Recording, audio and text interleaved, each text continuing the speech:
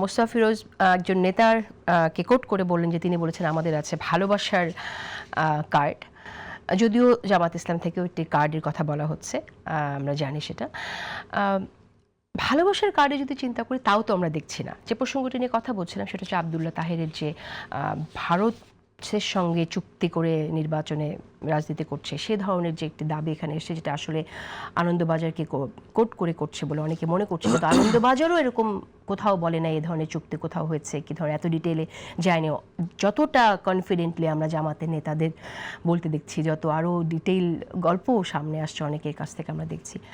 আমার প্রশ্ন হচ্ছে যে মিথ্যা অসত্য তথ্য দিয়ে কি আসলে প্রতিপক্ষকে ঘায়েল করা যাবে কিনা? আপনারা তো জোটে আছেন, এটাকে আপনারা কিভাবে দেখেন? স্পেসিফিক্যালি আমাকে এই টপিকটা একটু বলবেন।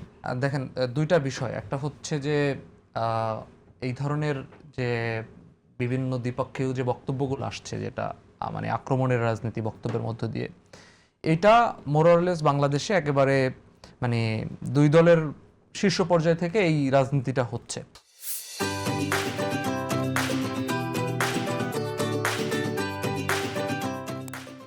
যেমন জনাব তারেক রহমান তিনি এই জামাতের শিরিকের কারণে ভূমিকম্প হচ্ছে এই ধরনের বক্তব্য দিচ্ছেন। আবার প্রকাশ্যে একটা দলকে উদ্দেশ্য করে বিএনপির স্থায়ী কমিটির মেম্বাররা বলছেন যে ইন্ডিয়ার দলটা ইন্ডিয়া চলে গেছে, পাকিস্তানেরটা এখনও আছে। তারপরে হচ্ছে গুপ্তর কথা বলছেন, হ্যাঁ, এবং এই যে ধর্মভিত্তিক রাজনৈতিক দলগুলোকে কেন্দ্র করে জান্নাতের টিকিট বিক্রি করার কথা বলছেন। যদিও বিএনপির মোর দ্যান 15 ক্যান্ডিডেট একবারে মানে রিপোর্টেড আছে যারা যে আমাদের ভোট দিলে ধানের শীষে ভোট দিলে জান্নাতে যাওয়া যাবে বা এই ধরনের কথাবার্তা বলছেন। এটা কি এই জায়গাটা আমি আপনাদের আরো অনেকে বলছেন এই কথাটা, কিন্তু এটা কি তুলনাযোগ্য বলে আপনার মনে হয় কিনা? মানে যত শুরু থেকে আমরা যেভাবে শুনে আসছি, সিনিয়র নেতাদের মুখ থেকেও আমরা এরকমটা শুনে এসেছি, সেই জায়গা থেকে এটা তুলনা করার মতো কমিটির নেতৃবৃন্দ এবং হচ্ছে যেন তারেক রহমানের উপরে তো আর বিএনপিতে সিনিয়র নেতৃবৃন্দ নাই, তারা সবাই এটা বলছেন। এবং বিএনপির সাধারণ সম্পাদকও সরাসরি এটাও বলছেন যে আমরা মানে মহাসচিব যিনি তিনি বলছেন যে আমরা শরিয়ার বাইরে কোনো আইনও করব না, কিন্তু তারপরও দেখা যাচ্ছে যে এই ধরনের কথাবার্তা বলছেন। তো রাজনীতিতে এই যে ন্যারেটিভগুলো বা এই ধরনের মানে বিভিন্ন ধরনের কার্ড খেলার যে রাজনীতি, সেটা আমরা খুব অ্যাক্টিভলি করতে দেখছি। এখন প্রশ্নটা হচ্ছে যে বিশেষ করে বিএনপি সম্পর্কে, বিশেষ করে জনাব তারেক রহমান সম্পর্কে দীর্ঘদিন তিনি নির্যাতিত অবস্থায় দেশের বাইরে ছিলেন এবং তার দেশে ফেরা নিয়ে যেই ধরনের একটা মন্তব্য আসছে, আমার কাছে মনে হচ্ছে যে এই মন্তব্যটার যদি কোনো ধরনের কোনো সোর্স না থাকে তাহলে এই ধরনের মন্তব্যটা দায়িত্বশীল জায়গা থেকে করা উচিত না। এবং সেই জায়গা থেকে একটা মানে শঙ্কার জায়গাটা হয় কি, যে যেটা মানে পারসেপশনটা ক্রিয়েট হয় কিভাবে, যেমন তারেক রহমান দেশে আসার আগে বলেছেন যে আমার আসলে একার উপরে নির্ভর করে না আমার দেশে ফেরাটা। এরপরে যখন এই ধরনের বক্তব্য যখন আসে, সেটা আনন্দবাজার তো একবারই থার্ড শ্রেণীর পত্রিকা, কিংবা এই ধরনের একটা নেতৃত্ব পর্যায়ে যখন এই ধরনের কথা আসে, তখন আমার কাছে মনে হয় যে যেই তিনটা চুক্তির কথা বলা হয়েছে, যেমন জুলাই আন্দোলনকারীদেরকে শায়েস্তা করা, ভারতীয়দের স্পেসিফিক কোন কথাটা বললেন আপনি? এ ধরনের বলতে কোন ধরনের কথা? মানে আমি বুঝি না প্রশ্ন। আপনি বলছেন যে এই ধরনের কথা যদি না আমি বলছি যে এই ধরনের কথা মানে যে তাহের সাহেব যে কথাগুলো বলেছেন যে এটার যদি কোনো সঠিক প্রমাণ না থাকে তাহলে আমি বলছি এই ধরনের কথাটা দায়িত্বশীল জায়গা থেকে বলা উচিত না। কিন্তু এর পরের লেয়ার আমি যেটা বলতে চাই সেটা হচ্ছে যে এই তিনটা যে চুক্তির কথা বলা হয়েছে, ভাই যেটা বললেন আমি তিনটা চুক্তির কথা জানতাম না, যে আমার কাছে মনে হচ্ছে যে বিএনপির আসলে এই তিনটা পয়েন্টে অবস্থানটা কি সেইটা ব্যাখ্যা করাটা আরো মানে মোর লজিক্যাল। যে আসলে জুলাই আন্দোলনের বিষয় বলেন কিংবা হাসিনার বিচারের বিষয় বলেন, এই বিষয়গুলোতে বিএনপির একটা, যেমন বিএনপির বিষয় নিয়ে আমাদের শুরু থেকে একটা কনফিউশন ছিল যে তারা না ভোটের বিষয়ে তাদের একটা ক্যাম্পেইন, তাদের বিভিন্ন নেতৃত্ব পর্যায়ে এমপি ক্যান্ডিডেটরা করছিল। পরে কিন্তু বিএনপিটা পরিষ্কারভাবে একবার বিএনপির শীর্ষস্থানীয় জায়গা থেকে এটা বলছে যে না, তারা না ভোটের বিপক্ষে এবং তারা হ্যাঁ ভোটের পক্ষে। তো এখন কিন্তু ওই কনফিউশনটা নাই। সো কে কোথা থেকে চুক্তিবদ্ধ হয়ে এসেছেন তার থেকে বড় হচ্ছে চুক্তির ভিতরে যেই পয়েন্টগুলো আছে সেই বিষয়গুলো নিয়ে পরিবর্তনের কথা বলছেন, পরিবর্তনের রাজনীতির কথা বলছেন, তাহলে আপনারা তো সেই শরিক, আপনারা জোটে আছেন, তাহলে এই ধরনের অসত্য তথ্য যদি আপনি বলছেন এরকম নেতার কাছ থেকে যদি আসে সেটা কাঙ্ক্ষিত না, তাহলে আপনারা কোনো কথা বলেন না কেন? যেটা কাঙ্ক্ষিত হওয়া, এটা হওয়া উচিত না, সেই বিষয়টা আপনারা ইনডোরেও তো ডিসকাস করতে পারেন যদি আপনাদের ইলেকট্রাল জোটের জন্য। ইনডোরে তো ডিসকাস এগুলো সবগুলো নিয়েই হয়, আমাদের আলাপ আলোচনা হয়। দ্বিতীয় কথা হচ্ছে যেমন আমি কিন্তু অকপটে মিডিয়ার সামনেই বললাম, ইনডোর তো দূরের কথা, আমি মিডিয়ার সামনেই বললাম যে এই ধরনের যদি সোর্স না থাকে তাহলে উচিত না। কিন্তু ঘটনাটা হচ্ছে কি যে এই পরিবর্তনের কথা যদি মনে করেন আমরা একারা যদি চেষ্টা করি, আর রাজনৈতিক মাঠটা যদি বড় বড় দলগুলো এভাবে মানে তাদের বক্তব্যের মধ্য দিয়ে তারা এই রাজনীতিটাই করে, তাহলে কিন্তু যে বললেন না যে এই জিনিসগুলো তো খুবই বাজারে খায়। যে যখন মনে করেন তারেক রহমান সাহেব যখন মাইকে ডেকে বলেন যে গুপ্ত গুপ্ত যখন বলেন কিংবা জান্নাত কি শিরক করার কারণে ভূমিকম্প হয়েছে, এইটা যত বেশি প্রচার হবে, আপনি পরিবর্তনের কথা যতবার বলবেন তার থেকে কিন্তু ওই জিনিসগুলো বেশি প্রচার হয়। যেমন এটা তো আমরা শুনেছি মখাঙ্গুল আলমগীর বলেছিলেন বিএনপি জামাতের ধাক্কায় রানা প্লাজা পড়ে গেছিল।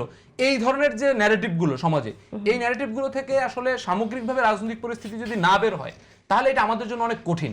এবং তারপরও আপনারা এই বিষয়গুলো নিয়ে প্রশ্ন তোলেন, এই বিষয়গুলো নিয়ে সমালোচনা করেন এবং আমাদের ঠিক লাইনে থাকতে এগুলো সহযোগিতা করে এবং আমরা এখান থেকে এই প্রশ্নগুলো নিয়ে আরো কিভাবে এই ধরনের কথার কিংবা কাদা ছোড়াছুড়ির রাজনীতির বাইরে গিয়ে, আমরা কাদা ছেড়েছুড়ি রাজনীতি দেখতে চাই না ফয়সাল মাহমুদ শান্ত, কিন্তু আপনার কি মনে হয় যে আপনি কখনো আপনার বয়সের দিক থেকে চিন্তা করলে আপনি হয়তো ততটুকু দেখেন নাই, কিন্তু যদি আপনি ইতিহাস ঘেটেও যদি দেখেন, বাংলাদেশের ইতিহাসে না দেখা থেকে পড়া থেকেও যদি আমি জিজ্ঞেস করি, বাংলাদেশের ইতিহাসে কখনো এইভাবে এরকম ক্যাম্পেইন কি কখনো হয়েছে যে আমাকে ভোট দিলে জান্নাতে যাবেন, ইসলামকে ভোট দিলে জান্নাতে যাবেন, বা জান্নাতে শুধুমাত্র একটি পরকালে একটি মার্কা থাকবে দাঁড়িপাল্লা?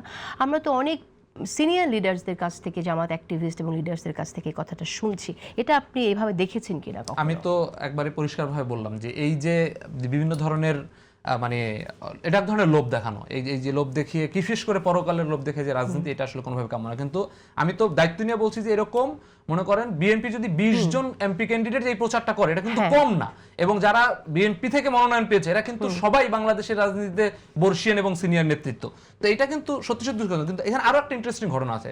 যেমন আরপিওতে পরিষ্কারভাবে বলা আছে যে কোনো ধরনের কোনো প্রকল্পের অনুমোদন কিংবা কোনো ধরনের কোনো সুবিধা দেওয়ার কথা বলে ভোট চাওয়া যাবে না। আপনি পলিসি আকারে অনেক কিছু প্রকাশ করতে পারবেন। আমি শেষ করছি এই জায়গাটা, 30 সেকেন্ড। এই পলিসি আকারে আপনি প্রকাশ করতে পারবেন, কিন্তু আমরা দেখেছি যে একটা দলের প্রধান সে নিজে পকেট থেকে কার্ড বের করে সেই কার্ড দিবেন এটা বলে ভোট চাচ্ছেন। এই যে এটা কিন্তু কমপ্লিটলি নির্বাচনের আচরণবিধি লঙ্ঘন। এবং কিভাবে, কারণ এটা বলা আছে যে আপনি এই প্রকল্পটা পাস করবেন বা এই প্রকল্পটা দিবেন, আপনি এটা বলে আপনি সরাসরি এইটা বলে ভোট চাইতে পারবেন না। আপনি ইশতেহার বলতে পারেন এটা করবো, কিন্তু আপনি যে জনগণকে ইন্ডিভিজুয়ালি গিয়ে বলবেন যে তোমাকে আমি কার্ড দিব, এটা বলে যে এটা কমপ্লিটলি নির্বাচন আচরণ লঙ্ঘন। এবং আরো একটা জিনিস ভয়াবহভাবে ঘটেছে, কিন্তু সেটা হচ্ছে জামাত যে কার্ডের কথা বললো সেটা তাহলে লঙ্ঘন? আপনি বলছেন সেটাও কি তাহলে লঙ্ঘন কিনা? আমি তো বলছি যে আপনি যদি সরাসরি কোনো ভোটারকে গিয়ে বলেন যে আমি তোমাকে এই কার্ডটা দিব, এটা বিনা আমাকে ভোট দাও, এটা অবশ্যই লঙ্ঘন। এটা যে দল করবে। কেন সেই কার্ডটা তো স্যাম্পল, সেই কার্ডটার মধ্যে টাকা নেই, সেটা তো সম্ভব না। টাকা দিলে তো সেটা তো ভোট কেনা হয়ে গেল। আমি যে টাকা, এই যে একটা প্রকল্প অনুমোদনের বিষয়, এটা আগেও বলতে পারবে না যে আমি তোমার এলাকায় বীজ দিব। তাহলে 10 টাকার চাল দিব, এটা বলা কি নির্বাচনী আইনের লঙ্ঘন কিনা? যদি এটা বলে যে আমি 10 টাকার প্রকল্প করব এবং সেটা জনগণকে গিয়ে বলে, তাহলে না, ওটা তো 10 টাকা। বর্তমান যে নির্বাচন বিধি যে আইন, সেখানে তো এটা পরিষ্কারভাবে বলা আছে। আপনি আমাকে এই জিনিসটা ব্যাখ্যা করেন যে কোনো প্রকল্পের অনুমোদনের কথা অগ্রিম বলা যাবে না। তাহলে এটা কি হয়?